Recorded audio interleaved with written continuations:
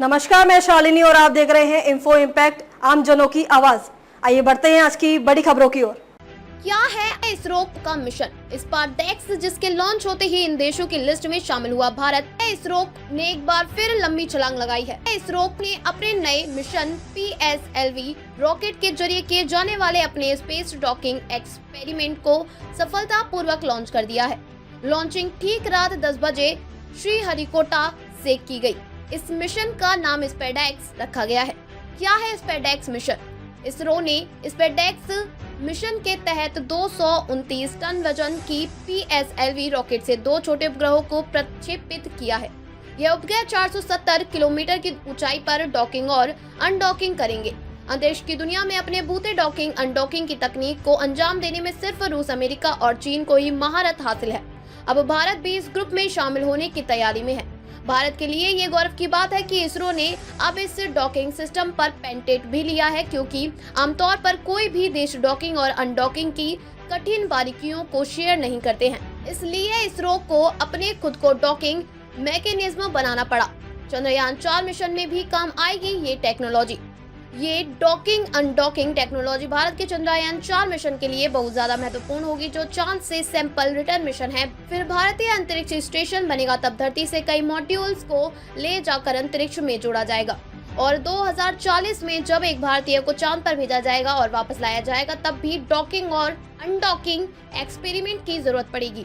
ये docking undocking एक बहुत ही पेचीदा काम है। अभी तक केवल रूस, अमेरिका और चीन में इनमें महाभारत हासिल की है। अब भारत ने भी इसके ओर अपने कदम बढ़ा दिए हैं। अमेरिका ने की थी सबसे पहले डॉकिंग। अंतरिक्ष में सबसे पहले अमेरिका ने 16 मार्च 1966 को डॉकिंग की थी। सोवियत संघ ने पहली बार 30 अक्टूबर 1967 को 2 स्पेसक्राफ्ट अंतरिक्ष में डॉक किए थे। चीन ने पहली बार स्पेस डॉकिंग 2 नवंबर 2011 को की थी। आसान भाषा में समझे डॉकिंग और अनडॉकिंग की प्रक्रिया। इस मिशन में 2 स्पेसक्राफ्ट शामिल किए गए हैं। एक का नाम है टारगेट यानी लक्ष्य, वहीं दूसरे का नाम है चेजर यानी पीछा करने वाला। दोनों का वजन 220 किलोग्राम है। PSLV C-16 रॉकेट से 470 किलोमीटर की ऊंचाई पर दोनों स्पेसक्राफ्ट अलग दिशाओं में लॉन्च किए जाएंगे। इस दौरान टारगेट और चेजर की रफ्तार 28,800 किलोमीटर प्रति घंटा तक पहुंच जाएगी।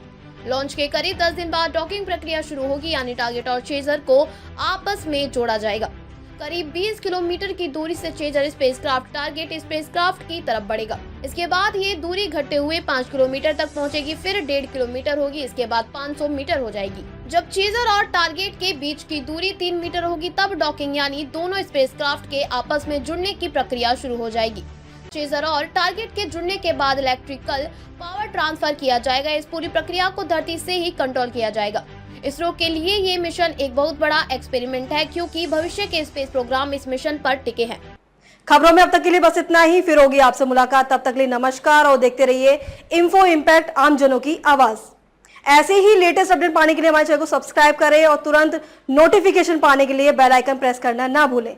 यदि आप हमें फेसबुक या इंस्टाग्राम के माध्यम से देख रहे हैं तो हमारे पेज को फॉलो जरूर करें। धन्यवाद।